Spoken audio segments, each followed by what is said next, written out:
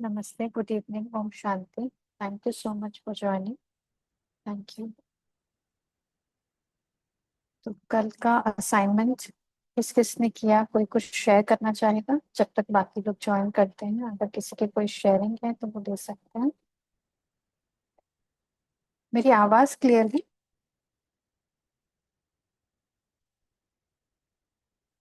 Okay. Sister, अपने को unmute करेगा सिस्टर। ओम शांति सिस्टर। ओम शांति। मैं कल क्लास तो ज्वाइन नहीं कर पाई थी, लेकिन मैंने रिकॉर्डिंग सुनी और मुझे इतना वो लगा कि मैंने क्लास क्यों नहीं की, क्योंकि मेरे फोन का कुछ इशू था और मैं नहीं ज्वाइन कर पाई। लेकिन मैंने रिकॉर्डिंग बहुत शांति से ध्यान से सुनी और इतना कुछ मुझे सीखने को मिला। और सबसे वो कि जो 8 मिनट जो बैठ के हमने किया, अपने आप से कहा कि उसके बाद मेरी बॉडी इतनी हल्की हो गई कि मुझे मतलब लेटना पड़ा या नहीं। तो वो मुझे समझ में नहीं आया कि शायद कुछ रिलीज हुआ बॉडी से या कुछ चला गया जो मुझे भारीपन दे रहा था। तो जैसा आपने कहा वैसे मैंने वैसे तो किसी से नहीं, लेकिन फिर भी छोटा सा भी कुछ था तो मैंने उनकी लिस्ट बनाई और मिरर सामने रखा और बोलना शुरू किया। हल्की हल्की हल्की होती गई कि मतलब ऐसा लगा अब बैठ नहीं सकते, फिर लेटने के बाद फिर थोड़ी देर बाद फिर वो एनर्जी वापस आती है। ऐसे परसों भी हुआ था मिरर वर्क जब किया था तो। Wonderful wonderful. सच में एक्चुअली क्या है कि हमें डेफिनेटली कुछ रिलीज हुआ है, हो रहा है। इसका हम्म। रीजन क्या है कि हमें मालूम ही नहीं है। जैसे हमने ऐसा बोला ना कि अगर I am willing to forgive, सबसे पहले तो ये कि हाँ मैं माफ करना चाहती हूँ। तो उससे क्या हुआ कि अंदर ही अंदर, बिकॉज हम ना रेजिस्ट करते हैं माफ करने के लिए, हम माफ हम्म। करना नहीं चाहते हैं। कुछ भी हुआ था, मतलब ऐसा हमें लगता है, जैसे पर्सनल एक्सपीरियंस ही बता रहे हो आपको, कि ऐसा लगता है कि अगर माफ कर देंगे ना तो ये तो हाथ से छूट जाएंगे, या ये तो फिर से अपनी मनमर्जी करने लग जाएंगे। लेकिन आज के सेशन में हम और गहराई से समझेंगे कि माफ बेसिकली करना किसको है ना। माफ हमें खुद को करना है। तो हम्म। उसका जो डिटेल्स हम लोग शेयर करेंगे तो वो आप और अच्छे से समझ पाएंगे। यस, डेफिनेटली इमोशंस कहीं ना कहीं, कुछ छोटा सा इंसिडेंट हो गया। मैंने एक बुक पढ़ी थी हम्म। अनीता सिस्टर की, डाइंग टू बी मी। तो उन्होंने अपना एक्सपीरियंस बताया। अ, मैं एक वीडियो शेयर करूंगी आज आप लोगों से। तो उसमें उन्होंने अपना एक्सपीरियंस बताया कि जब वो उन्होंने, मतलब वो शरीर छोड़ा था उन्होंने और वो वापस अपनी बॉडी में आई थी, बिकॉज उनका कुछ पर्पस था और गॉड ने उनको बोला कि अभी उनका समय पूरा नहीं हुआ है। तो वो जो जब उन्होंने शरीर छोड़ा, तो जैसे मैं बात करती हूँ लास्ट सेशंस में भी कि हमारे सामने रील रन होती है कि हमने क्या क्या किया इस जीवन में ना, जो हम जीवन जी कर आए उसमें क्या क्या किया।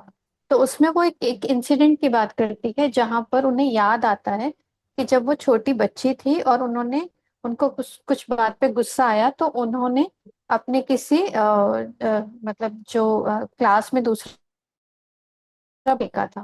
हम्म। तो वो इंसिडेंट उनको याद आया। अब देखिए, हम तो भूल गए, माइंड जो है वो जैसे भूल गया, लेकिन बॉडी जानती है या सब कॉन्शियस जानता है कि क्या क्या चीजें अंदर पड़ी हैं। तो जब हमने उससे कहना शुरू किया कि I am willing to forgive, तो वो उसने समझना शुरू किया, बिकॉज सब कॉन्शियस माइंड हमारी बातों को ऐसे का ऐसे ही ले लेता है। वो छोटा सा बच्चा है, वो ऐसे का ऐसे ले लेता है, तो वो आपकी बात को मानने लगा। तो उसने कहा कि ठीक है, I am willing to forgive. तो उसको जैसे जैसे आप उसको इंस्ट्रक्शन देते गए, शीशे के सामने उससे डायरेक्ट कनेक्शन में आकर बोलते गए, वो बच्चा समझता गया और उसने छोड़ना शुरू कर दिया। तो आपको पता भी नहीं चला कि आपने कितनों को फॉरगिव कर दिया हो। हम्म। तो बहुत ही wonderful, thank you thank you. आपने होमवर्क किया और शेयरिंग किया, बिकॉज बिना होमवर्क के ये सेशंस डेफिनेटली आपको हेल्प तो करेंगे, लेकिन उतने अच्छे से आपको हेल्प नहीं कर पाएंगे जितना आप अपने जीवन को ट्रांसफॉर्म करने की बात पे आना चाहते हैं ना, कि अब चेंज करना है मुझे। बिल्कुल, मतलब ज्वाइन करने के पहले हमने सोचा नहीं था कि हमको इतना मतलब जैसे बोलते हैं ना कि खजाना मिल गया।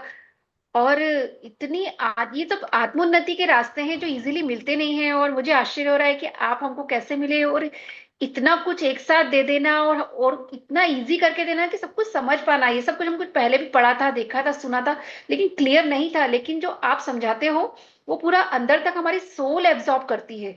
तो वो बहुत मतलब अद्भुत है, उसके लिए शब्द नहीं है मेरे पास, लेकिन बहुत अद्भुत और अनोखा है, जो हमको इतनी इजीली मिल रहा है, जबकि इतना इजी है नहीं। Thank you sister. ईश्वर ने मुझे ये लास्ट 3 महीने मुझे होमवर्क कराए, बहुत सारे मुझे समझाया, जिसकी हाँ, वजह से मैं तैयार हो पाई कि मैं आप सभी से शेयर कर पाऊँ। तो वही मुझे आप हाँ, देख के वो माध्यम बनता। इतनी शांति से आप सुनते हो हम सबको, और हमारे हर क्वेश्चन का आंसर देते हो। मतलब कई बार तो मुझे लगता है ये क्वेश्चन का आंसर होगा क्या, लेकिन आपके पास रहता है, क्योंकि आपने पहले इतना प्रैक्टिस किया है। तो वो मुझे बहुत खुशी होती है, और कि मैं आपके साथ हूँ अभी, इसके लिए thank you. Thank you sister. अभी आज की शेयरिंग, आज का सेशन स्टार्ट करते हैं।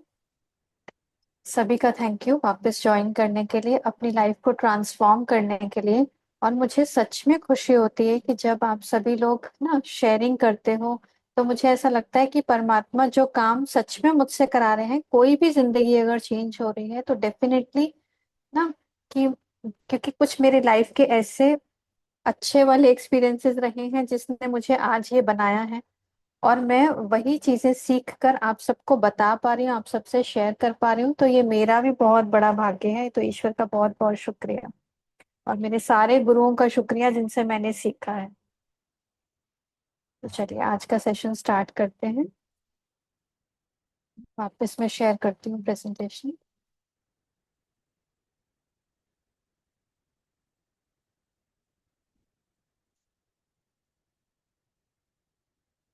तो आज हम, कल तक हमने, जैसे फर्स्ट डे था, हमने समझा कि हमारे ट्रिगर पॉइंट्स हैं, उन पे हमने काम किया, जाना कि कौन सी चीज है जो मुझे बार बार परेशान कर रही है। फिर उसके बाद धीरे धीरे हमने सेकेंड डे समझा, जो दशहरे वाला दिन था, उसमें हमने ये समझा कि जो वाइसेस हैं, जो भी हमारे विकार हैं, उन सबके नीचे सेल्फ लव की कमी होने के कारण आज वो विकार हैं। हम बहुत ऊपरी तह पे हम एंगर को हटाने की कोशिश कर रहे हैं, हम ग्रीड को हटाने की कोशिश कर रहे हैं, अटैचमेंट को हटाने की कोशिश कर रहे हैं, और हम उसे रेजिस्ट कर रहे थे कि नहीं, ये तो होना नहीं, मुझे तो गुस्सा आना नहीं चाहिए, मुझे तो लालच होना नहीं चाहिए, मुझे अटैचमेंट नहीं होनी चाहिए, मुझ में काम वासना नहीं आनी चाहिए, और मुझ में ईगो नहीं आना चाहिए। तो ये हम ऊपरी तौर पर समझ रहे थे, अपने आप को ऊपरी सतह पे ठीक करने की कोशिश कर रहे थे। लेकिन डे 2 पे हमने समझा कि उसके नीचे जो है, उसके बहुत गहराई में जो है, वो ये है कि मैं खुद से प्यार नहीं करती। जैसे ही मैं अपने आप को एक्सेप्ट करूंगी, खुद से प्यार करूंगी, ये सारे वाइसेस अपने आप से ठीक होने शुरू हो जाएंगे, और ये मेरी लाइफ से गायब हो जाएंगे, और कंप्लीट एक्सेप्टेंस आ जाएगा। फिर कल हम लोगों ने रियल टाइम एग्जाम्पल्स देखे। कुछ मेरे खुद के एग्जाम्पल्स थे, जो मैंने आप लोगों से शेयर किया, कि वो डोनेशन वाला जो एग्जाम्पल था ना, कि मैं किसी के लिए डोनेशन लेने के लिए वहां पर गई, फिर मुझे डांट पड़ी, और वो जो अंदर बच्चा था वो सहम गया, और फिर वो डरने लगा। तो ऐसे मेरा ट्रिगर पॉइंट था कि जब कोई भी मुझसे मनी मांगता था तो मुझे अच्छा नहीं लगता था, और उस समय के बाद से आज तक मैंने किसी से कुछ पैसे नहीं मांगे ना। इनिशियली तो मुझे हस्बैंड से बोलते हुए भी लगता था, फिर मुझे लगता था अच्छा मैं जॉब करती हूँ, मैं खुद से ही कभी निकाल सकती हूँ। फिर कुछ ऐसा हुआ कि ठीक है, मतलब वो सब कुछ ही ऑनलाइन हो गया, तो मतलब बल्कि वो मुझे खुद ही आकर दे जाते थे कि अच्छा ठीक है, ये अमाउंट है और इसको रख लो, जितना चाहिए आप यूज कर लेना। तो मुझे किसी से पैसे मांगने नहीं पड़े। और ऐसे ही हम लोगों ने एग्जाम्पल शेयर किया था, जो ब्रेकडाउन था ना, one of the worst diseases, वो क्यों हुआ, क्योंकि वो हमारी नीड थी। और फिर वन ऑफ द एग्जाम्पल्स था जिसको बहुत डिटेल में मैंने समझाया था, कि जो एक लेडी ने जो शेयरिंग की थी, और उसका काउंसलिंग सेशन था, जिसमें कि उसकी जो मदर इन लॉ है वो उनको रिस्पेक्ट नहीं करती थी, और उसके बाद उनके हस्बैंड सिर्फ उनको ना, मतलब बोल देते थे कि इट्स ओके, इट्स ओके। उनकी लाइफ की बहुत पीछे जाकर स्टोरी समझ में आई कि उनके उनके पापा के साथ कैसा रिश्ता था ना, और उनकी सपोर्ट में जो अंकल आते थे तो वो उनको सपोर्ट करते थे, तो उनको अच्छा लगता था, इसीलिए उन्होंने अपनी लाइफ में इन सब चीजों को मैनिफेस्ट किया। फार्मर वाला एग्जाम्पल था, फिर मेरी अपनी मदर का एग्जाम्पल था। तो हमने ये बात की थी कि जो भी हम आसपास में हर चीज देख रहे हैं, वो हमारी अपनी ही मैनिफेस्टेशन, चाहे वो मनी के एरिया में है, चाहे वो रिलेशनशिप के एरिया में है, चाहे वो मेरी हेल्थ के एरिया में है, चाहे मेरे करियर के एरिया में है। जो भी मेरे आसपास हो रहा है वो मेरी अपनी ही मैनिफेस्टेशन है। अब इन कुछ दिनों से पहले तो हमें नहीं पता था ये सब चीजें, है ना। ग्रैटिट्यूड भी हमने प्रैक्टिस किया डेफिनेटली, 28 दिन हम सब ने साथ में मिलके ग्रैटिट्यूड को प्रैक्टिस किया। बट उसने भी एक ऊपरी सतह को ही हटाया, बहुत डीप जाके हीलिंग नहीं हुई। तो आज हम उस हीलिंग की मोडालिटी को थोड़ा डीपली समझेंगे। I was the blessed one कि जिस एक मैम के थ्रू मुझे एक थेरेपी लेने का अपॉर्चुनिटी मिली। मतलब मुझे तो मालूम भी नहीं था कि थेरेपी क्या होती है। तो वो जो मैम बहुत क्लोज हमारी मैम थी, तो उन्होंने कहा कि मुझे कुछ ना डॉक्यूमेंट सबमिट करने हैं। तो मुझे कुछ मतलब मेरे को किसी को हीलिंग देना होगा, आप इनर चाइल्ड हीलिंग करा लो मुझसे, because I need to jot down कि आपका क्या एक्सपीरियंस रहा कैसे। तो मैंने कहा ठीक है। मैं उनके घर चली गई और वो हीलिंग हुआ, तो मुझे समझ में आया कि हीलिंग क्या होता है, हीलिंग कैसे होता है ना, कैसे हम अपने आप को ठीक कर सकते हैं, कैसे हम पुरानी चीजों को हटा सकते हैं अपने जो हमारे एक्सपीरियंसेस हैं। बट लेकिन मैं सच बोलूं तो इस प्रेजेंटेशन को भी आज सुबह भी ना, कल कुछ और सोचा था अल्टीमेटली कि हम कर्मयोग पे काम करेंगे, डेफिनेटली उस पे भी आएंगे। बट मुझे ऐसा लगा कि जो हमने कल किए, जिसने हमने हम जिसमें हमने डिस्कस किया कि ये मेरी लाइफ की नीड्स थी, इसी वजह से ये सब कुछ मैनिफेस्ट हुआ है। तो आज मुझे लगा कि इसके कंटिन्यूएशन में अगर हम ये हीलिंग का चैप्टर करते हैं, हीलिंग के सेशन को समझते हैं, तो हमारे लिए बहुत इजी हो जाएगा आगे की चीजों को और अच्छे से समझना।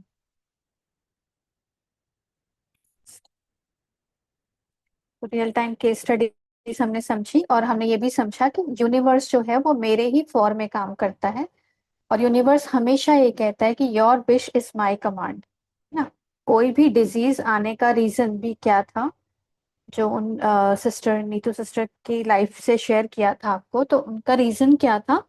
क्योंकि वो ना सेलिब्रेसी प्रैक्टिस करना चाहती थी, घर पे बहुत ज्यादा कुछ इन्वॉल्व, किचन का काम या घर के काम नहीं करना चाहती थी। उनको जब वो, है ना, जब वो बीमार होती थी तो उनको मतलब अपनी स्पिरिचुअल स्टडी के लिए टाइम मिल जाता था। तो ये भी हमने देखा। तो यूनिवर्स आपको कभी नहीं पूछेगा, यूनिवर्स सिर्फ वही हमें हमारी लाइफ में मैनिफेस्ट कर रहा है जो हमारा सबकॉन्शियस चाहता है। तो हम शायद उस बात से अनजान है, लेकिन जो जो हमारी रिक्वायरमेंट होती है वो सब कुछ इकट्ठा करता है और वो हमें बेस्ट पॉसिबल सॉल्यूशन हमारे सामने अपीयर कर देता है। ठीक है। तो हमने क्लियरली समझा कि हर चीज हमारी अपनी मैनिफेस्टेशन। यहाँ कुछ भी, चाहे मनी है ना, मनी अगर मेरे पास नहीं है तो इट मीन्स ये है कि मनी के बिलीफ सिस्टम मेरे अंदर कुछ कुछ गड़बड़ वाले हैं ना। अबंडेंस की फीलिंग नहीं है, स्केर्सिटी की फीलिंग है, या बचपन में कुछ ऐसा हुआ जिसकी वजह से ना मैंने वो जिंदगी जीना सीख लिया। फिर रिश्ते क्यों गड़बड़ हैं? क्योंकि मेरी अपनी नीड है। वो मुझे क्यों दुख दे रहे हैं? क्योंकि मेरी अपनी नीड है उस दुख को पाने की। जिसने भी का सेशन नहीं अटेंड किया है तो उनसे रिक्वेस्ट है कि कल का सेशन जरूर सुन लें, बिकॉज आज का सेशन आपको गहराई से तभी समझ में आएगा जब आप कल के सेशन को डीपली सुनेंगे। अभी मैंने ऊपर ऊपर से कवर कर दिया है, तो बट जरूर उसको सुने, क्योंकि एक एक चीज को मैंने एक्सप्लेन किया है वहां पे। अब जब जब हमने स्टार्टिंग में, जब मेरा स्पिरिचुअलिटी स्टार्ट हुई और मैं ब्रह्मा कुमारी सेंटर गई, और फर्स्ट डे मेरा जो कोर्स का डे था, तो मुझे समझाया गया कि हम सभी आत्माएं हैं, वी आर सोल्स। और मन बुद्धि संस्कार, इसके तीन, है ना, अलग अलग फैकल्टीज हैं। तो जो भी हम स्टार्ट करते हैं, जो भी हम प्रेजेंटेशन स्टार्ट करते हैं, जो भी हम कोर्स स्टार्ट करते हैं, हम हमेशा कोशिश करते हैं कि इसी से आपको लेकर आगे चलें कि हम सब आत्माएं हैं ना, यही सच्चाई है। अब इस आत्मा में क्या गड़बड़ हो रखा है, क्या फेरफार करना है, क्या चेंज करना है, तो वो हम धीरे धीरे समझते जा रहे हैं। तो आज डीपली समझते हैं। अच्छा, जो माइंड है वो कॉन्शियस माइंड है। देखिए इसमें जो, ये जो माइंड है, फर्स्ट वाला जो ब्लॉक है, ये कॉन्शियस माइंड है। और फिर इंटेलेक्ट, मन बुद्धि और संस्कार। तो माइंड, इंटेलेक्ट और हमारा सबकॉन्शियस माइंड, इनके फंक्शंस क्या हैं? माइंड का फंक्शन है कि माइंड में विल पावर होती है, माइंड की, कॉन्शियस माइंड की शॉर्ट टर्म मेमोरी होती है, उसकी लॉजिकल थिंकिंग होती है, क्रिटिकल थिंकिंग होती है ना।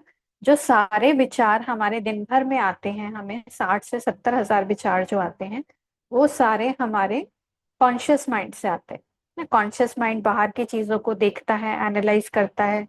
एनालाइज मतलब जैसे थोड़ा बहुत लॉजिक लगाता है, लेकिन डीप जो रिएक्शन या रिस्पॉन्स आता है वो तो सबकॉन्शियस से आता है। तो कॉन्शियस माइंड जो है, उस ऊपरी सतह की सारी बातें हैं, ये हमारे माइंड का सिर्फ 10% हिस्सा है। बाकी जो 90% हिस्सा है वो है हमारे सबकॉन्शियस माइंड का, जिसको हम संस्कार के रूप में कहते हैं। इसी में हमारे बिलीफ सिस्टम स्टोर्ड है ना। इसमें कुछ बातें नहीं है, इसमें सिर्फ बिलीफ है और एक्सपीरियंस है, इमोशंस है, इसमें हैबिट्स हैं, इसमें वैल्यूज हैं। इस ये जो है, ये तर्क वितर्क नहीं करता, इसको जो समझा दिया जाए वो समझ लेता है और उसको मान लेता है। ठीक है। तो इसमें कुछ प्रोटेक्टिव रिएक्शंस हैं इसमें, जैसे अगर इसने हमें देखा कि मतलब मुझे आग में हाथ डालते हुए दर्द हुआ है ना, फर्स्ट टाइम तो उसे नहीं पता था, उसको कोई एक्सपीरियंस नहीं था। तो जैसे अगर हाथ को डाला, आग में डाला, तो इमिडिएटली उसने निकाल लिया। तो अब क्या हुआ कि सबकॉन्शियस माइंड में ये बिलीफ सिस्टम, ये मेमोरी स्टोर हो गई फीलिंग्स के रूप में, इमोशन के रूप में, कि आग में हाथ डालने से हाथ जलता है और मेरी बॉडी में लगता है। तो उसने ये स्टोर कर लिया, इसलिए कभी हिम्मत ही नहीं की कि वापस हाथ को आग में डालकर देखा जाए। सबकॉन्शियस बहुत पावरफुल है। सबकॉन्शियस वो छोटा सा बच्चा है जो कि एक तरह से हम कहें कि पूरे घर को मैनेज करता है। अब आप कहेंगे कि छोटा बच्चा पूरे घर को कैसे मैनेज करता है। अब आप देखिए कि जब आपके भी बच्चे हुए होंगे या घर पे किसी के भी बच्चे जब हुए होंगे, तो आपने देखा होगा कि एक छोटा सा बच्चा और पूरी जिंदगी, पूरी लाइफ, जो मतलब पूरी जो लोग होते हैं, वो सब उसके अराउंड है ना, घूम रहे होते हैं। कोई उसको नहलाता है, कोई उसको खिलाता है, रोता है तो उसको देखता है। तो बच्चे के पैदा होने के बाद मतलब पूरा घर बस उसी के आसपास घूम रहा होता है। तो इस ये आप सब कॉन्शियस को ऐसे समझे कि इसके पास पूरी पावर है, पूरे घर को हिला सकता है। अगर रात में वो रोना शुरू कर देगा तो सब लोग जो आसपास हैं वो सब उठ जाएंगे। तो अगर वो हंसेगा, खेलेगा, तो आसपास के सब लोग उसको, चाहे वो कितनी भी परेशानी में होंगे, लेकिन हंसने लग जाएंगे, खुश हो जाएंगे। और जो कॉन्शियस माइंड है उसको आप फादर की तरह समझें, है ना। उसके पास सारी लॉजिकल थिंकिंग, क्रिटिकल थिंकिंग, सब कुछ है, वो बाहर के वर्ल्ड से कनेक्टेड है। लेकिन वो छोटा बच्चा ऐसा है, आप इसको ले सकते हैं कि अगर आगे हम चलेंगे तो ये तो पैदा हुआ इसलिए वो घर को संभाल रहा है कि सारी चीजें उसके अराउंड है। बट वो इस तरीके से लेके चले कि वो जो बच्चा है वो इतना इम्पोर्टेंट है ना। जैसे कहते हैं ना, जब बहुत सालों के बाद अ, कोई बच्चा घर में आता है तो उसी की इम्पोर्टेंस होती है, उसी के अराउंड सारी लाइफ घूमती है। तो इस हमारी सारी लाइफ जो है वो सबकॉन्शियस के अराउंड घूमती है, क्योंकि सबकॉन्शियस में सारी स्टोरेज है। फिर उसके बाद जो है वो बुद्धि, बुद्धि क्या करती है, बुद्धि ज्ञान लेती है, बुद्धि डिसीजन देती है ना। बुद्धि कॉन्शियस माइंड को, माइंड को जो है ना, जो माइंड लिखा हुआ है, तो वो बुद्धि जो है वो कॉन्शियस माइंड को डिसीजन देती है। फिर मन, मन जो है वो इवैल्यूएट करता है थोड़ा सा, मतलब जैसे जो इनपुट है वो उसका संस्कार जो बन चुका है वो, उससे कुछ इनपुट आता है, और माइंड की अपनी मर्जी होती है कि वो माने या ना माने, लेकिन इंटेलेक्ट का काम है, बुद्धि, इंटेलेक्ट का काम है डिसीजन देना। तो इस संस्कार में क्या क्या स्टोर्ड है ना, हमने सब सुना कि वैल्यूज इसी में सारी स्टोर्ड है। तो जो हमारे ना जो इमोशंस है, लव है, peace, purity, bliss, ego, anger, fear, मतलब चाहे पॉजिटिव है चाहे नेगेटिव है, वो फोल्डर्स के रूप में हमारे अंदर स्टोर्ड है। कुछ फोल्डर्स आगे हैं, कुछ फोल्डर्स पीछे हैं ना। अब वो कई बार तो ऐसा है कि जो हमने अर्थ की परतों से समझा था ना, कि जो उसकी कोर है वो सोल का असली रूप है, बाकी सब तो ईगो है, अहंकार है। तो वो जो कोर है उसमें सब कुछ ये स्टोर्ड है, लव है, पीस है, प्योरिटी, पावर, नॉलेज, प्लेस और हैप्पीनेस, जो भी ये गुण है, ये सब भीतर बहुत अंदर स्टोर्ड है। तो जितना हम यूज करते हैं ना, जैसे कोई फाइल है, अगर हम बार बार यूज करते हैं तो हम कोशिश करेंगे ना कि इसको आगे ही लाकर रख दें, बहुत पीछे ना रहे। बार बार मुझे वो ना वो बहुत पीछे तक अपना हाथ लेकर जाना पड़ता है, बार बार सीढ़ी चढ़ना पड़ता है, और बार बार उसको निकालना पड़ता है। तो जितना जितना हम यूज करते हैं तो फिर वो क्या होता है कि वो फाइल को हम आगे रखना शुरू कर देते हैं। तो ऐसे ही ईगो है, एंगर है, फियर है, अगर हम इनकी फाइल्स को बार बार यूज करते हैं, यानी इन इन इमोशंस को बार बार यूज करते हैं, इनमें जिंदगी जीते हैं, तो ये फोल्डर्स आगे पड़े हैं। तो ये संस्कार में बहुत सारी एक तरह से स्टोरेज है। इसको जो सबकॉन्शियस माइंड भी कहते हैं, इसको इसमें सब कुछ स्टोर्ड है। सारी मेमोरीज स्टोर्ड हैं, सारे इमोशंस स्टोर्ड हैं ना। ये बातों के रूप में चीजों को स्टोर नहीं करता है, ये फीलिंग्स के रूप में स्टोर करता है, कुछ इमोशंस के रूप में स्टोर करता है। और इसको जो समझा दिया जाता है वो बहुत इजीली समझ जाता है। अच्छा, इसमें मैं आपको अपनी अपनी छोटी सी एक स्टोरी शेयर करती हूँ, जिसमें जब मैं बहुत छोटी थी, 10 12 साल 13 साल की होंगी, तो मतलब मेरे अच्छे मार्क्स आते थे, तो मैं फर्स्ट सेकंड थर्ड फोर्थ इस तरीके से, फर्स्ट तो कम ही आती थी, सेकंड थर्ड या फोर्थ में मेरी पोजीशन जो थी वो आगे पीछे कुछ होती रहती थी। तो मुझे पढ़ने का शौक तो था, लेकिन जब एक बार ऐसा हुआ कि मुझे कुछ याद करना था और मुझसे याद नहीं हो रहा था, तो शायद सोशल स्टडीज का कुछ था, मुझे याद नहीं हो रहा था, और मुझे याद नहीं हो रहा था, तो मैं रोने लगी, बहुत रोने लगी। तो मेरी मम्मी मेरे पास आई, तो उन्होंने कहा कि तुम क्यों रो रही हो? तो मैंने कहा कि मुझे याद ही नहीं हो रहा है। तो फिर मेरी मम्मी ने मुझे बहुत प्यार से समझाया कि कोई बात नहीं, अगर याद नहीं हो रहा है तो इसको छोड़ दो। तो मैंने कहा नहीं नहीं, मुझे छोड़ना नहीं है, फिर मेरे मार्क्स कट जाएंगे और ये बहुत इंपॉर्टेंट है और ये मुझे समझ में नहीं आ रहा है। तो फिर मेरी मम्मी मेरे पास बैठती हैं, वो मुझे रिपीट कर करके उन्होंने ना कुछ तरीके बताए, और फिर मेरे को वो याद हो गया। अब मुझे याद ही नहीं कि वो पेपर में आया था या नहीं था, बट मुझे वो मम्मी का सपोर्ट याद है, मुझे कि मम्मी मेरे पास आई, उन्होंने मुझे सपोर्ट की, उन्होंने जो वो बेस्ट कर सकती थी उन्होंने किया, उन्होंने मुझे समझाया, मुझे याद भी हो गया। और मतलब मुझे कॉन्फिडेंस आ गया कि अगर मुझे कभी भी मतलब मुझे कुछ याद नहीं हो रहा है या मुझे कोई हेल्प चाहिए ना, तो मेरी मम्मी मुझे फटाफट से याद करा देंगे, तो वो स्टोर हो गया। तो आगे जब भी मुझे कभी जरूरत पड़ती तो मैं मम्मी के पास जाती थी और मम्मी मेरी हेल्प कर देती थी। तो आगे बताती हूँ कि ये स्टोरी मैंने आपसे क्यों शेयर। अब हमने बात की कि सबकॉन्शियस माइंड है वो छोटे बच्चे की तरह है, जिसके अराउंड सबकी लाइफ घूम रही है ना। हम सबकी लाइफ घूम रही है, जो हमारी हमारा ही सबकॉन्शियस माइंड है। तो हमने ये समझा कि सबकॉन्शियस माइंड अगर खुश है, जैसे पैसे के एरिया में अगर उसको कोई भी बुरा एक्सपीरियंस नहीं हुआ, सब कुछ अच्छा एक्सपीरियंस हुआ है उसके साथ ना, जो जो भी उसने अपने एक्सपीरियंसेस को स्टोर किया है, वो बहुत अच्छे अच्छे एक्सपीरियंस को स्टोर किया है, तो वो बाहर भी अच्छा अच्छा ही मैनिफेस्ट करेगा, मेरे लिए अबंडेंस ही मैनिफेस्ट करेगा। तो अगर वो पावरफुल सबकॉन्शियस माइंड है, तो मेरी लाइफ में वो हार्मनी लेकर आएगा। अब अगर मैंने उसमें रिश्तों को लेकर, है ना, अपने किसी आ, कुछ ट्रेट को लेकर मैंने उसके साथ अपना अच्छा संबंध नहीं बनाया है, तो वो अंदर ही अंदर क्या कर रहा है, अभी हम सभी अपने में झांके कि कहीं ना कहीं वो माइंड जो है ना कुछ बात को लेके वो रो रहा है। कभी हम अंदर जाएं, है ना, अभी 1 मिनट के लिए अपनी आंखों को बंद करिए। अभी देखिए कि इस सेशन से पहले या अभी भी आपके मन में क्या चल रहा है। क्या सबकॉन्शियस माइंड खुश है, या वो रो रहा है, या उसे कुछ चाहिए?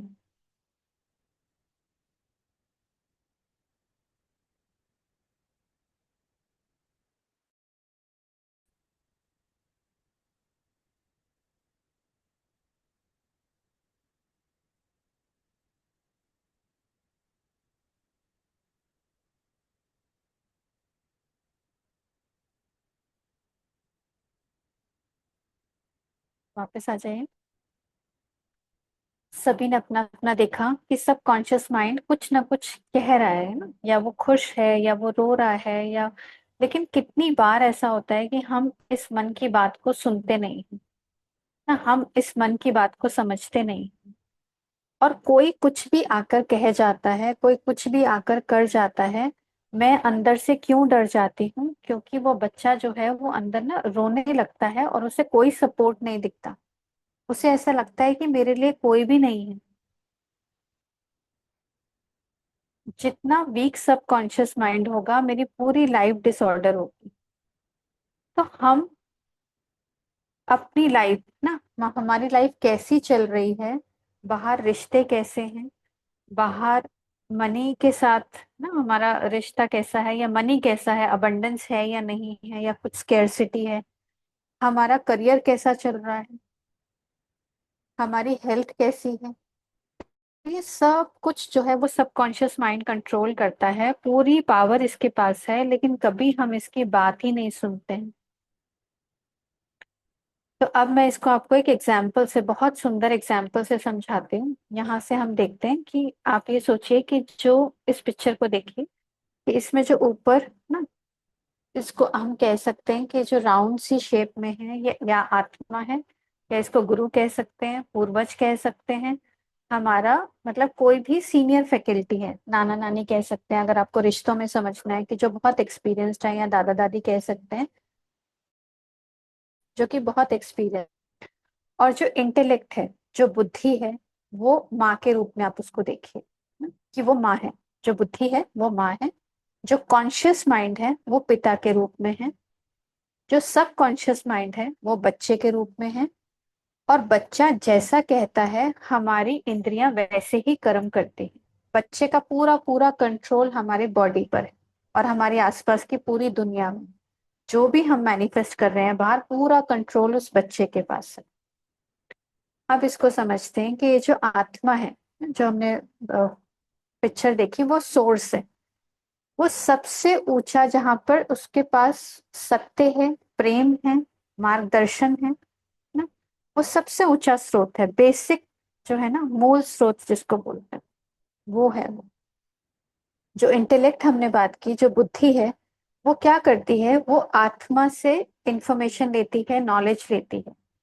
फिर वो चेतन मन को सही या गलत का बोध कराती है, उसको निर्देश करती है, यानी कि वो फादर को, जो फादर एंटिटी है जो कि बाहर से कनेक्टेड है, लेकिन जो आत्मा से, जो बुद्धि है वो आत्मा से नॉलेज लेकर, विजडम लेकर उस कॉन्शियस माइंड को सही गलत का बोध देती है कि उसको ये करना चाहिए।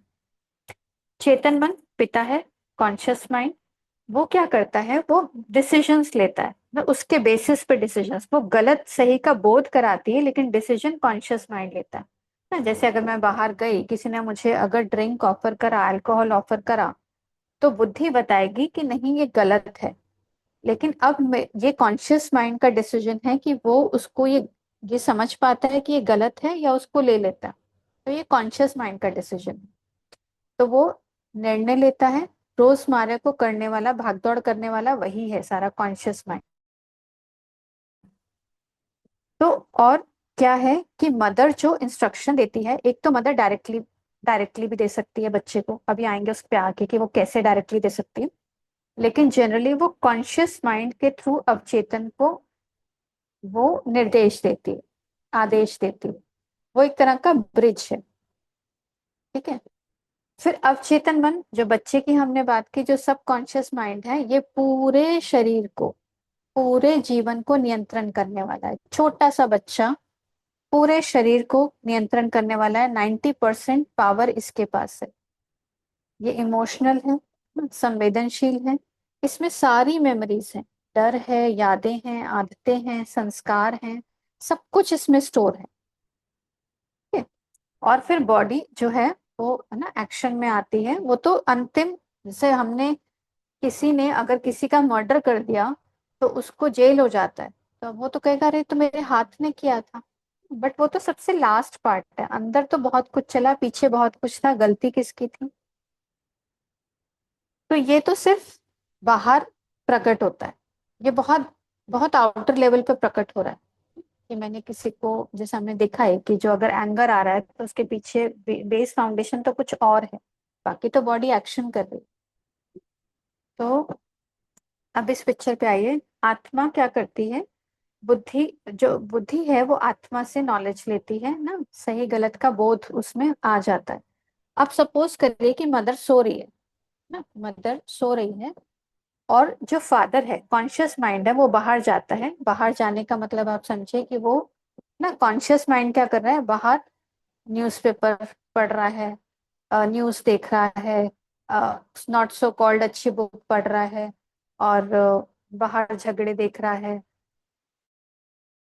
और मतलब बाहर अलग अलग तरीके के एक्सपीरियंस ले रहा है, बाहर जा रहा है, बस जो जो सीख के आ रहा है। आप समझिए कि वो ऑफिस जा रहा है और कुछ बहुत गलत संगति से वो आता है। अब मदर जो है वो सो रही है, अब वो बच्चे के पास आता है, बच्चे को वो सब कुछ सिखा देता है जो वो बाहर से सीख कर आया है।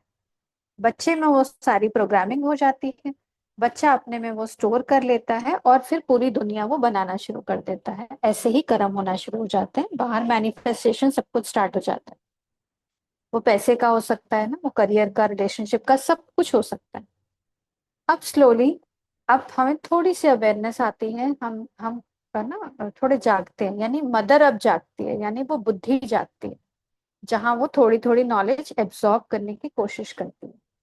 अब वो जाग गई है। अब क्या होता है कि अब सही गलत जो है, मतलब वो बोध जो है वो उसमें सोल से आया है। अब वो पिता से बात करती है, कॉन्शियस माइंड को वो बताती है कि ये सही है, ये गलत है। अब कॉन्शियस माइंड अगर तो बहुत डोमिनेटिंग है तो वो उसकी बात नहीं सुनेगा, मदर की बात नहीं सुनेगा। लेकिन उसको अगर पिता को समझ में आता है कि मुझे इसके साथ सामंजस्य में चलना होगा, मुझे इसको साथ में लेके चलना होगा, तो वो क्या करता है, उसकी बात को सुनता है। अभी सिंस उसने एकदम से तो चीजें चेंज नहीं की हैं, हो सकता है उससे गलतियां हो रही हो, लेकिन फिर भी वो एक्सेप्ट करता है कि ठीक है, मैं तुम्हारी बात को सुनता हूँ, तुम शायद सही कह रही हो। पिता माँ की बात को सुनता है और फिर उस इंफॉर्मेशन से वो बच्चे को समझाता है ना। अब बच्चे में इंफॉर्मेशन धीरे धीरे धीरे करके सेव होने लगती है। अब देखिए, बुद्धि जितनी अवेकन है, जितनी माँ जो है ना, आप बिल्कुल ऐसा इमेजिन करके, विजुलाइज करके देखिए कि मदर जो है वो बहुत नॉलेजेबल है, और वो पापा को समझा रही है, पापा समझ पा रहे हैं, और फिर वो बच्चे को समझाते हैं ना। स्किल नॉलेज, सही गलत का बोध, सही गलत का डिसीजन, वो धीरे धीरे धीरे बच्चे में जाता है और बच्चा मैनिफेस्ट करना शुरू कर देता है। अच्छा, अब हम समझते हैं कि माँ जो है वो जगी है, बहुत अच्छे से उसने जगना शुरू कर दिया है।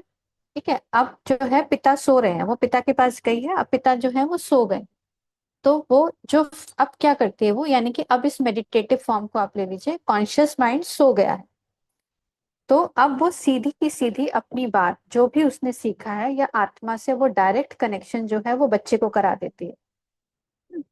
तो वो मेडिटेशन के फॉर्म में, या जब वो प्यार का आदान प्रदान होता है, या वो जब अवेयरनेस आती है, एक्सेप्टेंस आती है, तो बच्चा जो है वो सीधा सीधा उस सोर्स से भी कनेक्ट हो जाता है, मदर से कनेक्टेड है, बुद्धि से कनेक्टेड है। इस पिक्चर से आप शायद ज्यादा समझ, पिक्चर कहाँ गई? अभी आएगी सामने। तो मदर जो है वो उसको अपने कवच में लेते, यानी बुद्धि उसको अपने कवच में लेते सीधा उसको सोर्स से कनेक्ट कर देती है, और बच्चे में नई इंफॉर्मेशन जाना शुरू हो जाता है। तो अब तक जो भी हो रहा था, जो भी हमारी प्रोग्रामिंग हो रही थी, जो भी हमारे एक्सपीरियंसेस हो रहे थे, बाहर से किसी ने कुछ भी कहा, जैसे अगर किसी ने कुछ कहा मुझे कि मैं ना मैं सशक्त नहीं हूँ, मैं एम्पावर्ड नहीं हूँ, तो अब सिंस वो मदर बुद्धि जागी नहीं है ना, अब फादर ने कह दिया कि तुम सशक्त नहीं हो, तो बच्चे ने अपने अंदर ले लिया और वो बेचारा चुप हो गया। जितनी जितनी बुद्धि सशक्त होगी, अच्छा अब बुद्धि सशक्त हुई, बुद्धि बहुत पावरफुल है, इंटेलेक्ट बहुत शार्प हो गई है, तो किसी ने कहा कि तुम एम्पावर्ड नहीं हो, फादर ने भी कह दिया अगर बच्चे को, सपोज कि तुम एम्पावर्ड नहीं, या मदर से डिस्कस करके बोला कि तुम एम्पावर्ड नहीं, लेकिन अब नहीं, सॉरी, अब वो, अब जो मदर जो कहेगी कि ना, कि तुम एम्पावर्ड, बाहर का कोई कुछ भी बोल रहा है लेकिन तुम एम्पावर्ड हो, तो वो बच्चा खुश हो जाए। तो कौन सी इंफॉर्मेशन जा रही है अंदर, कौन से एक्सपीरियंसेस अंदर जा रहे हैं, इस पिक्चर को मैं शेयर भी कर दूंगी। तो आप अपने जहन में बिठा लीजिए, जब भी कुछ आए, कोई डर आए, कुछ भी आए, तो देखिए कि कैसे आप उस डर को भगा सकते हैं आगे प्रोसेस की। और हमारे पास खुद को हील करने की पावर है। अब हमने समझा कि कैसे हम उस पास्ट एक्सपीरियंसेस में जाकर अपने को ठीक कर सकते हैं। अब इसको एक एग्जाम्पल से समझते हैं, जहां पर छोटा बच्चा, चाइल्ड, यानी सब कॉन्शियस माइंड, अब उसके अंदर फियर ऑफ फेलियर बैठ गया है। वो कहता है कि अरे मैं फेल हो जाऊंगा, क्या होगा अगर मुझसे मिस्टेक हो गई, मुझे सब लोग बोलेंगे ना। अभी तो ये अंदर के मम्मी पापा की बात हो रही है, बट बाहर के मम्मी पापा मुझे बहुत बोलेंगे, और मुझे मेरे रिलेटिव्स बड़ा ना मतलब जज करने लग जाएंगे कि बच्चा तो अच्छा पढ़ता नहीं है, तो वो उसको डर लग रहा है, फियर ऑफ फेलियर है उसको। फिर कैसे आया ये फियर ऑफ फेलियर? कुछ पास्ट एक्सपीरियंसेस से आया, कुछ क्रिटिसिज्म हुआ होगा उस समय, कुछ रिजेक्शन हुआ होगा, उस बच्चे ने स्टोर कर लिया, क्योंकि बच्चे का अपना दिमाग नहीं। बच्चा कंट्रोल सब कुछ कर रहा है, लेकिन आप समझे कि बच्चा इतना छोटा है, उसका दिमाग नहीं है, उसको जो कहा जाएगा वो ले लेगा। फिर चाइल्ड क्या करता है, रिएक्शन को कंट्रोल करने की कोशिश करता है ना, उसके मतलब उसको हेसिटेशन होगा, उसको सेल्फ डाउट होगा, उसको ना चीजों को टालने की कोशिश करेगा, मतलब उसको फेलियर होने का डर है, फेल होने का उसको डर है। अब इस केस में समझते हैं, अब वो अपने फादर से बात करता है, फादर उसको ऑब्जर्व करते हैं, फादर से उनको समझ में आते हैं कि बच्चा जो है वो डर रहा है, ये जो टास्क आने वाला है, ये जो एग्जाम आने वाला है, इससे वो डर रहा है। तो फादर क्या करते हैं, अब मुझे ना थोड़ा सा स्ट्रांग हो जाना है, मुझे बच्चे को पुश करना है कि उसको बहुत मेहनत से, है ना, बहुत मेहनत करवानी है, तब जाके तो वो पास हो पाएगा, नहीं तो वो तो फेल ही हो जाएगा। अब फादर क्या करते हैं कि जो बाहर से जो भी इंफॉर्मेशन है ना, बुक्स लेकर आनी है उसके लिए, और उसके लिए कुछ अरेंज करना है, ट्यूशन लगानी है। तो आप ये समझिए कि फादर जो है वो आउटर वर्ल्ड से कनेक्टेड है, तो वो सब कुछ उसको ला कर देगा। अब डिपेंड करता है कि अब फादर क्या देख रहा है ना, सपोज कि अच्छा कंटेंट देख रहा है तो चलो ठीक है, अच्छी चीजें वो बताएगा बच्चे को। लेकिन अगर वो वही कॉन्शियस माइंड जो है, वो बाहर अभी भी मदर से डिस्कस नहीं किया है उसने, ठीक है, तो फादर अगर अकेला ही कर रहा है सब कुछ, उसको बुद्धि से कोई कनेक्शन नहीं है, बुद्धि मतलब बुद्धि इतनी सशक्त नहीं हुई है, इतनी एम्पावर्ड नहीं है कि वो उसको समझा पाए, तो वो बिल्कुल ही उस दुनिया में है, वहां से वो बाहरी मोटिवेशन लाके दे रहा है कि अच्छा ठीक है, ये पढ़ लो, ये ऐसे कर लो, ये वैसे कर लो, ये टाइम टेबल बना लो, इतने बजे तक इतने बजे तक पढ़ना है, 4 घंटे पढ़ना है। तो ये सब कॉन्शियस माइंड बता रहा है उस छोटे बच्चे को। अब सेकंड स्टेप क्या आता है कि मदर, इंटेलेक्ट, इंटेलेक्ट का पार्ट शुरू होता है। सपोज कि अब मदर जो है वो डिवाइन से कनेक्ट होकर उसने नॉलेज को लेना शुरू किया है, उसने अपने आप को एम्पावर करना शुरू किया है, उसने विजडम को लेना शुरू किया है। तो वो दोनों की बात सुनती है। फादर क्या कर रहा है, उसकी भी बात सुनेगी, अच्छा ये कर लो, ये कर लो, ये पढ़ लो, ऐसे पढ़ लो, ये टाइम टेबल बना लो, लेकिन वो उसकी भी बात सुन रही है कि वो जो बच्चा जो डरा हुआ बैठा हुआ है, तो वो उसकी भी बात को समझ रही है कि अच्छा इसको डर लग रहा है, इसको फियर ऑफ फेलियर है। तो जब उसके पास उसकी माँ जाके उस बच्चे को समझाती है कि फियर नॉर्मल है, तुम सशक्त ऑलरेडी हो, तुम ये कर सकते हो, और अगर कुछ गलती हुई भी तो मिस्टेक्स तो हमें ग्रो करने में हेल्प करती हैं, हमें कुछ ना कुछ सिखाने आती हैं। अच्छा अगर तुम नहीं पढ़ पाए, कोई बात नहीं, 1 साल और कर लेना, I am there for you.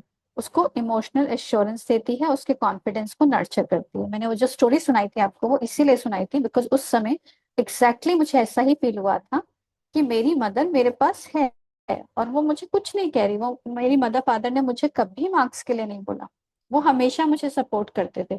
Rather मैं कुछ बहुत बड़ा आंसर याद करती थी तो वो मुझे ना कुछ गिफ्ट भी ला कर देते थे कि अरे तुमने बहुत अच्छा याद किया ये। तो वो जो मदरली एक्शन है, वो जो मदरली सपोर्ट है, वो अगर उस बच्चे को मिलता जा रहा है तो बच्चा क्या होगा, एम्पावर्ड होगा। अब बच्चे का रोल आता है। अच्छा इसमें स्टेप 3 भी हम देख लेते हैं कि मदर क्या कर रही है। एक तो उस बच्चे को नर्चर, उसका कॉन्फिडेंस को नर्चर कर रही है, उसको सशक्त कर रही है, उसको इमोशनली बहुत पावरफुल बना रही है। और दूसरा वो क्या करती है, और डीपर विजडम लाती है, वो अनकंडीशनल सपोर्ट लाती है, गुरु से, सोर्स से वो लाती है। यानी वो मेडिटेटिव स्टेट में उसको वो एनर्जी भी प्रोवाइड करती है, और उसको ये बहुत अच्छे से उस फेथ में उसको ये समझ में आता है कि तुम इनफाइनाइट हो, तुम सिर्फ ये रोल नहीं हो ना। हमने ये देखा भी है कि अगर एक बच्चा अगर पढ़ाई में अच्छा नहीं है तो वो किसी और फील्ड में अच्छा है, तो हम उसको क्यों, पहले हम लोग के टाइम में तो अगर एक बच्चा फर्स्ट आता था तो उसको उसको ही ये बोलते थे कि ये भी काम उसने करना है, ये भी काम उसके करना है। धीरे धीरे करके इस चीज को समझा गया कि अगर एक बच्चा एक रोल में अच्छा नहीं है तो उसका दूसरा रोल दिया जा सकता है उसको, है ना, एक्स्ट्रा करिकुलर एक्टिविटीज में वो अच्छा हो सकता है। तो फिर उसको जज नहीं किया जाता। तो ऐसे ही जब हम ये समझ लेते हैं कि हम इनफाइनाइट हैं ना, हम इस सक्सेस और फेलियर के बियॉन्ड हैं, और जो मदर है वो ट्रांसलेट करती है, रीअश्योर करती है उस गाइडेंस को उस चाइल्ड के लिए, वो एकदम से उस सोर्स को लाके उस बच्चे को पावरफुल कर देती है। उस बच्चे को ऐसा लगता है कि अरे मैं तो बहुत पावरफुल हूँ, मैं बहुत कोशिश, अच्छे से कोशिश करूंगा पढ़ाई करने की। हुआ तो भी बहुत अच्छी बात है, जितने नंबर आए तो भी बहुत अच्छी बात है, नहीं आए तो भी कोई बात नहीं, मतलब मैं जिंदगी में कुछ ना कुछ तो कर ही लूंगा। हम्म। अब बच्चे का रोल शुरू होता है, जहां पे अब चाइल्ड ने क्या किया, उस सब कॉन्शियस माइंड ने क्या किया, फादर से नॉलेज और प्लानिंग को एब्सॉर्ब किया ना, टाइम टेबल बना लो, ये बुक्स पढ़ लो, ऐसा पढ़ लो। मदर से रीजनिंग को एब्सॉर्ब किया, और इमोशनल सपोर्ट उसको मिल गया कि मैं अकेला नहीं हूँ, मेरी मदर मेरे साथ है। गुरु से सोल की लाइट ना और करेज को एब्सॉर्ब किया, उस फेथ को एब्सॉर्ब किया कि मेरे साथ कोई है। अब उसका बिलीफ पैटर्न बन जाएगा कि मैं बेस्ट ट्राई करूंगा, नहीं हुआ तो मैं मिस्टेक से सीखूंगा, और अगर कुछ भी नहीं हुआ still I am safe and I am loved. तो होपफुली यहाँ तक ये बात क्लियर हो पाई। किसी को कुछ शेयर करना है इस पे तो आप कर सकते हैं ना? अगर किसी को कुछ कहना है।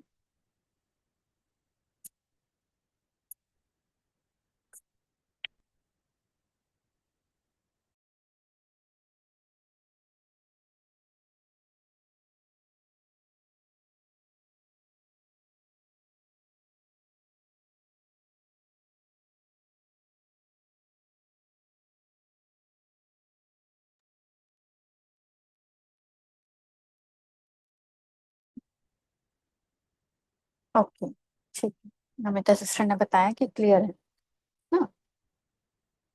Sonali sister, okay.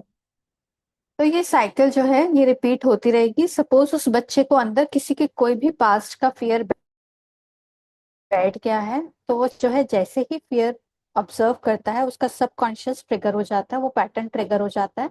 फादर उसको देखते हैं और उसको एक्सटर्नल गाइडेंस देते हैं, मदर एक्सप्लेन करती है, उसके कॉन्फिडेंस को नर्चर करती है, गुरु स्ट्रेंथन करता है उसकी लर्निंग को, अनकंडीशनल सपोर्ट देता है, उसमें विश्वास आता है कि मेरे लिए कोई है, चाइल्ड का करेज बढ़ जाता है। तो ये हमने समझ लिया बेसिकली। ये जैसे ही ये सब चीजें होती हैं, अंदर जो छोटा बच्चा बैठा है, 8-10 साल का जो छोटा बच्चा बैठा है, जिसको हम इनर चाइल्ड बोल सकते हैं, वो बहुत बहुत पावरफुल महसूस करता है। और अगर थोड़ा सा और डिटेल में समझें तो जब बुद्धि सो रही है ना, बुद्धि ज्ञान नहीं ले रही है, बुद्धि को कुछ समझ नहीं आ रहा है, अभी इतना इंटेलेक्ट डेवलप नहीं हुआ है अभी, यानी कि सोल की यात्रा हो सकता है शुरू ना हुई हो। जब बुद्धि सो रही है तो क्या होता है कि बच्चा अपने ओल्ड संस्कार से रिस्पॉन्ड करेगा, वो डरता ही रहेगा, कोई करेक्शन नहीं करेगा अपने में, यानी कि आत्मा जो मतलब आत्मा बॉडी के थ्रू कैसे व्यक्त करेगी, वो उसी डर से ही जाएगी।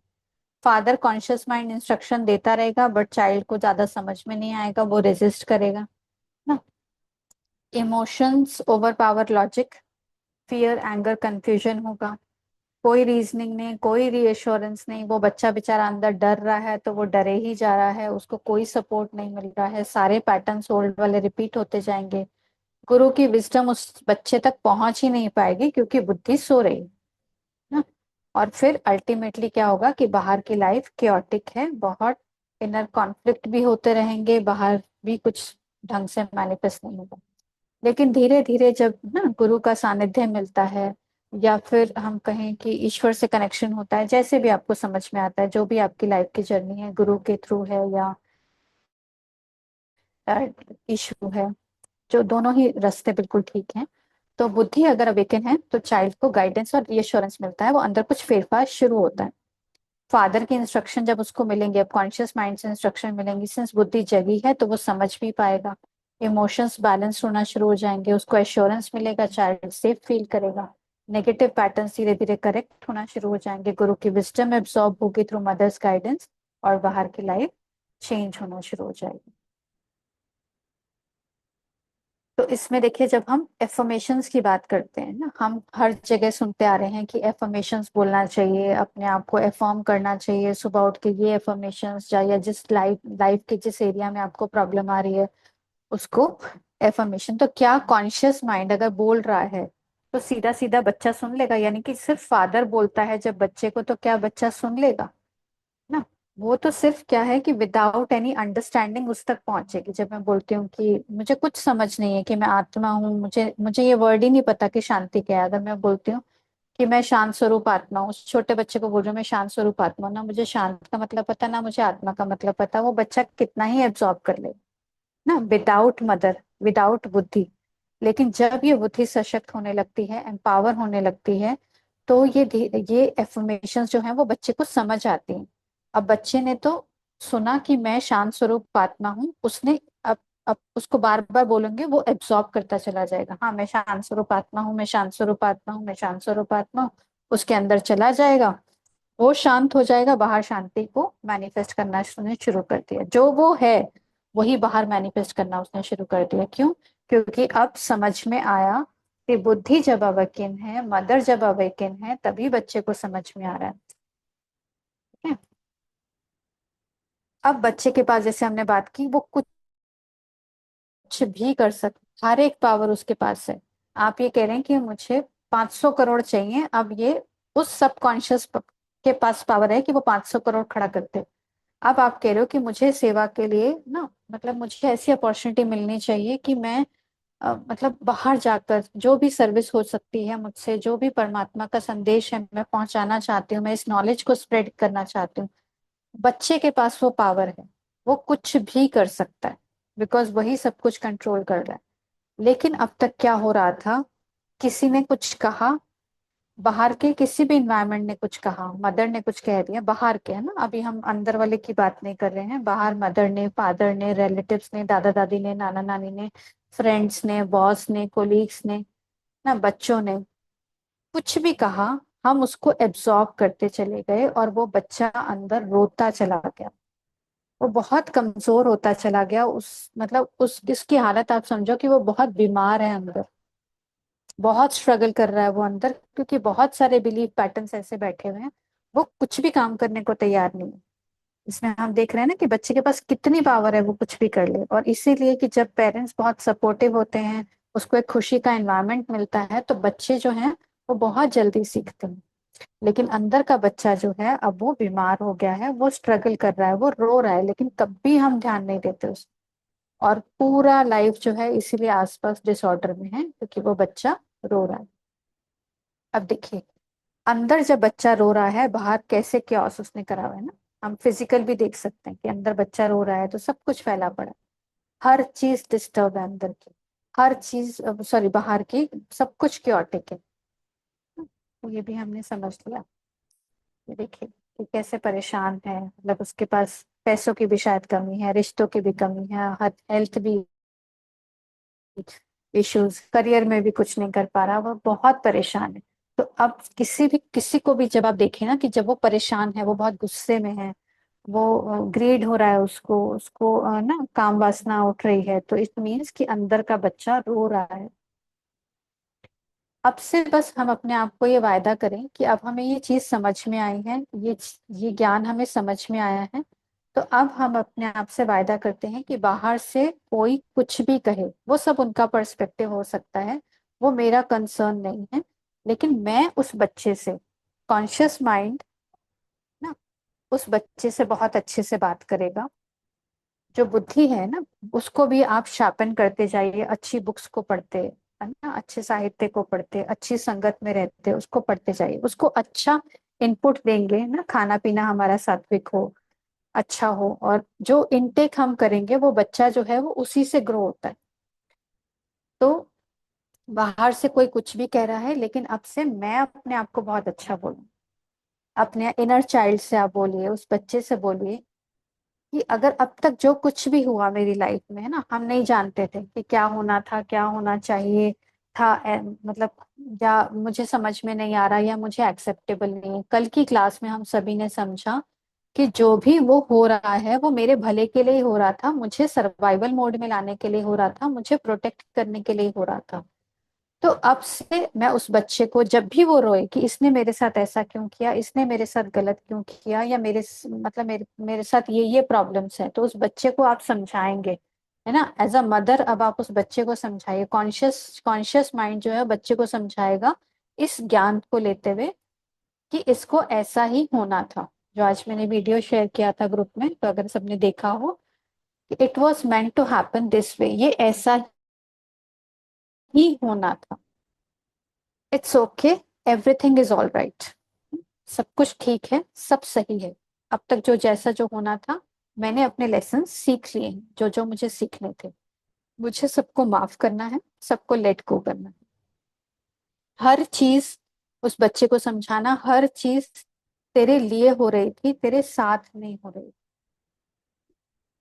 तो खुद ही हमने अपनी डेस्टिनी को डिजाइन किया है। और उस बच्चे को आप प्यार से बोलना कि मैं उसके लिए हमेशा अवेलेबल हूँ। और बाहर से कोई कैसा भी बोले, कोई गुस्से में बोले, हो सकता है, आप बाहर तो कंट्रोल नहीं कर सकते। बड़े कुछ बोल सकते हैं, हस्बैंड कुछ बोल सकते हैं, या वाइफ कुछ बोल सकती है ना, बच्चे कुछ बोल सकते हैं। लेकिन आप अपने आप से कहिएगा कि मैं तुझसे बहुत प्यार करती हूँ, मैं तुझे एक्सेप्ट करती हूँ, है ना। तो उसको जैसे जैसे हम उसको एक्सेप्ट करेंगे, वो खुश होने लगेगा। और खुश होने लगेगा तो बाहर सब ठीक करने लगेगा। कुछ समय मिले तो उसके साथ बैठिए, ना आज या कल में जब भी समय मिले, नेक्स्ट क्लास से पहले अगर हो सके तो करिए कि उसके साथ बैठिए, उसकी नीड को समझिए। वो छोटा बच्चा है, उसकी क्या लाइकिंग थी ना। हमने ये सोचा स्पेसिफिकली, जो कल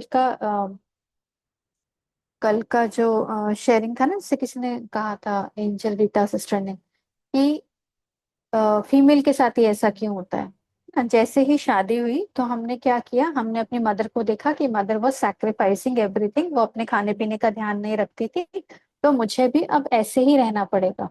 मैं अपनी शायद सारी लाइकिंग्स को मैं भूल ही गई ना।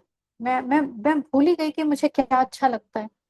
मुझे कुछ समय, जैसे जब मैं अपने साथ बैठती हूँ, तो मुझे ना, अब रिफ्लेक्ट कीजिएगा कि यार क्या मुझे बचपन में क्या अच्छा लगता था। मुझे झूला झूलना अच्छा लगता था, या मुझे अच्छे कपड़े पहनना अच्छा लगता था, मुझे फ्रेंड्स से मिलना अच्छा लगता था, मेरा फेवरेट फूड क्या था, मुझे कौन सी बुक बहुत ज्यादा पसंद थी ना। उस समय सपोज कि अगर आपके पास पैसे नहीं भी थे खरीदने के लिए, तो अब तो खरीद सकते हैं। तो उस छोटे बच्चे को जो वो चाहता है उसको इग्नोर ना करिए, और उसको वो दीजिए जो वो चाहता है। अच्छी मूवीज देखना चाहता है, उसको दीजिए ना। देखिए, अब यही है कि इसमें जो बुद्धि है वो बहुत इंपॉर्टेंट रोल प्ले करेगी, बिकॉज ऐसा भी नहीं कि हम उसको गलत गलत फीड करना शुरू कर ना। तो अच्छी मूवीज देखे, बिकॉज हॉरर मूवीज और ना, मतलब उन सब मूवीज में क्यों जाना है हमें, जो एक्शन मूवीज हैं। अच्छी मूवीज दिखाइए उसको। अपने इनर चाइल्ड के साथ टाइम स्पेंड कीजिए। आपको ड्राइंग पसंद है, पेंटिंग पसंद है, आपको ट्रैवल करना पसंद है, आप उसको दीजिए। जब वो खुश होगा तो आपके लिए सब कुछ करेगा वो। खुद को प्यार करिए, खुद को हक करिए। आपको नेचर के साथ कनेक्ट होना पसंद है ना। हम मैं देखती हूँ कि बहुत सारी लेडीज जो है वो सुबह वॉक करने इसलिए नहीं आ पाती क्योंकि वो सुबह घर के काम में बिजी है ना। तो अगर सच में आप अपने आप से प्यार करना चाहते हैं, थोड़ा सा जल्दी उठिए, जाइए नेचर में, जाइए वॉक करके आइए। अपने बच्चे के साथ बैठ के उससे पूछिए कि उसकी नीड्स क्या है। और जैसे हम जितने भी सभी हैं, अगर हमारे साथ, हम ग्रैटिट्यूड की जर्नी में एक साथ हमने अगर किया है, तो हम जानते हैं कि जैसे जैसे बेसिकली हमने ग्रैटिट्यूड किसको दिया, अपने उस इनर चाइल्ड को दिया था जिसने सब कुछ मैनिफेस्ट किया था। तो जैसे जैसे हमने उसको ग्रैटिट्यूड देना शुरू किया, उसने बाहर अच्छा अच्छा करना शुरू कर दिया। उसने हमें बहुत सारी चीजें देना शुरू कर दिया ना। लेकिन सिंस हमने अब अगर अब तक भी रिकॉग्नाइज नहीं किया है, तो कुछ ग्रैटिट्यूड्स लिखिए। अपने लिए भी कुछ ग्रैटिट्यूड्स लिखिए, खुद के लिए ग्रैटिट्यूड्स लिखिए कि मैं, मतलब क्या मैंने अच्छा किया है। उसको एम्पावर करिए, उस छोटे से बच्चे को जो अंदर बैठा रो रहा है, उसको सशक्त करना होगा हमें। तो अपने या 2-3 मिनट के लिए करते हैं। अब दोनों हाथों को अपने हार्ट पर रखिए ना, और उस बच्चे से बात करेंगे। हम उस बच्चे को बताएंगे कि वो सेफ है ना, सिक्योर्ड है, प्रोटेक्टेड है। मैं उसके लिए हूँ ना, हर चीज उसके अच्छे के लिए हो रही है। और सिंस अब क्या करना है, हमें उससे माफी मांगनी है ना। हमने उसके साथ बहुत गलत किया है, तो हमें उससे माफी मांगकर उसको कहना है कि हमें माफ कर दे, और उसको बहुत सारा थैंक यू कहना है, और उसको बताना है कि मैं उससे बहुत प्यार करती हूँ। तो 2-3 मिनट के लिए प्रैक्टिस करें। अपने दोनों हाथों को अपने हाथ पे रखें, एक गहरी सांस लें और जाने दें। एक और गहरी सांस अंदर और बाहर। से बात करें। I am sorry. खुद से बोले उससे, I am sorry, please forgive me, thank you, I love you, I am sorry, please forgive me, thank you, I love, I am sorry, मुझे माफ करो। मैं समझ ही नहीं पाई कभी तुम्हारे इमोशंस को, तुम्हारी जरूरतों को। बस बाहरी जिंदगी में उलझ कर रह गई। कभी उसकी आवाज ही नहीं सुनी मैंने। पर मैं वायदा करती हूँ कि अब मैं हमेशा तुम्हारे लिए, तुम हमेशा मेरे हो, तुम सिक्योर्ड हो, तुम प्रोटेक्टेड हो, तुम बहुत प्यारे हो। आज तक जीवन तुमने इतना कुछ दिया, बट मैं कभी आभार ही नहीं व्यक्त कर पाई। मुझे माफ करना। अब मैं हमेशा तुम्हारे लिए अवेलेबल हूँ। तुम्हें कोई भी प्रॉब्लम हो तो मुझे खुलकर कह सकते हो। मैं जरूर अच्छा सॉल्यूशन ढूंढूंगी और तुम्हें सशक्त करूंगी। Thank you, thank you, thank you.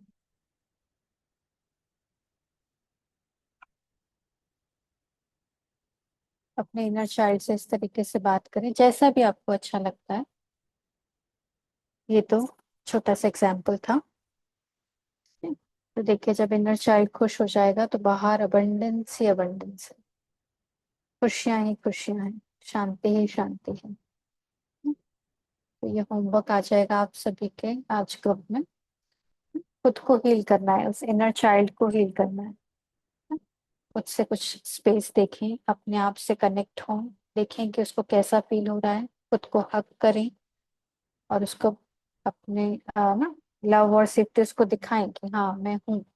और अपने आप से या साइलेंटली बोलें, जोर से बोलें या साइलेंटली बोलें कि I love you, I accept you, I am here for you.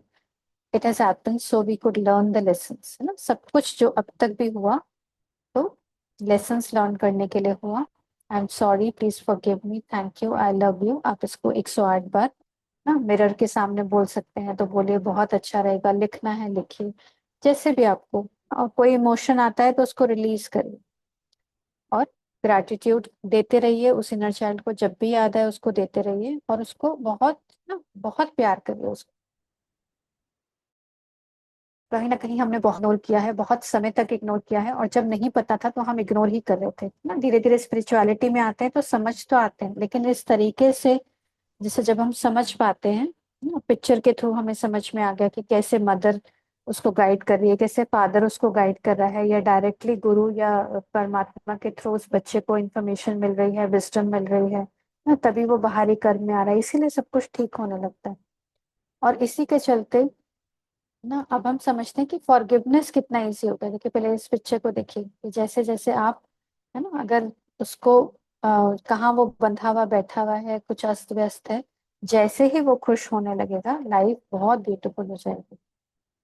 तो अब इसके चलते हमने ये भी समझ सकते हैं ना कि फॉरगिवनेस कितना इजी है ना। कल के एग्जाम्पल से हम समझ सकते हैं कि फॉरगिवनेस तो बहुत इजी है। जो कुछ भी हो रहा था वो मेरे लिए ही हो रहा था, मुझे कवर अप करने के लिए हो रहा था, मेरे सर्वाइवल के लिए हो रहा था। ठीक है। तो thank you so much for today's session. Homework आपके पास आ जाएगा और होपफुली आप सभी को ये सेशन से बहुत मदद मिलेगी अब अपने इनर चाइल्ड से जुड़ने के लिए, उसको एम्पावर करना है। Thank you so much. कुछ क्वेश्चंस हैं? और एक बहुत अच्छा अ, ना आज श्री गुरु का शॉर्ट वीडियो आया जिसमें उन्होंने एक्सप्लेन किया कि मतलब एक छोटी सी स्टोरी सुनाई उन्होंने कि एक छोटा सा बच्चा था, उसके घर के बाहर कैक्टस था। तो वो बच्चा जब भी निकलता तो वो कैक्टस जो था ना उससे, ठीक है, उसको थोड़ा सा टकराते हुए निकल जाता था, तब उसको इतनी चोट नहीं लगती थी।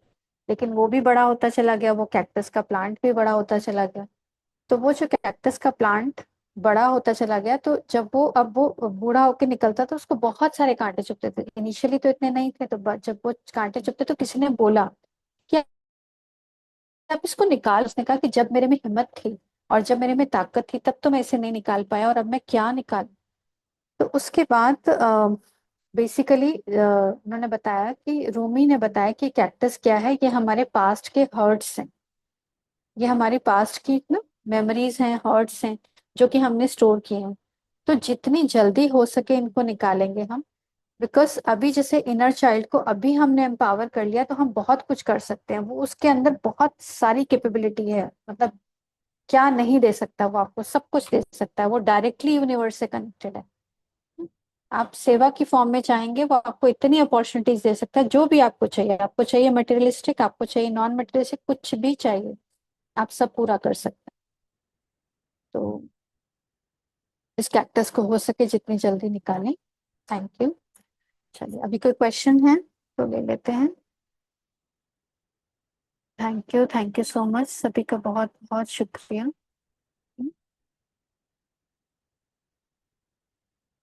कुछ क्वेश्चंस हैं तो ले सकते हैं आप, चैट बॉक्स में लिख दीजिएगा तो। और नहीं तो हम वाइंड अप करते हैं आज के सेशन को। सब कुछ किया।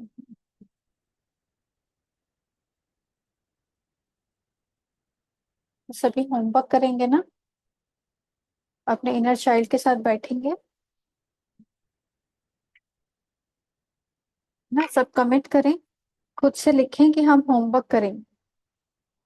कि होमवर्क नहीं करेंगे तो फिर फायदा नहीं होगा। जब हम कमिट करते हैं ना। सभी का बहुत बहुत शुक्रिया सुनने का। वाइंड अप करते हैं। Thank you once again, thank you so much for, thank you for transforming your life.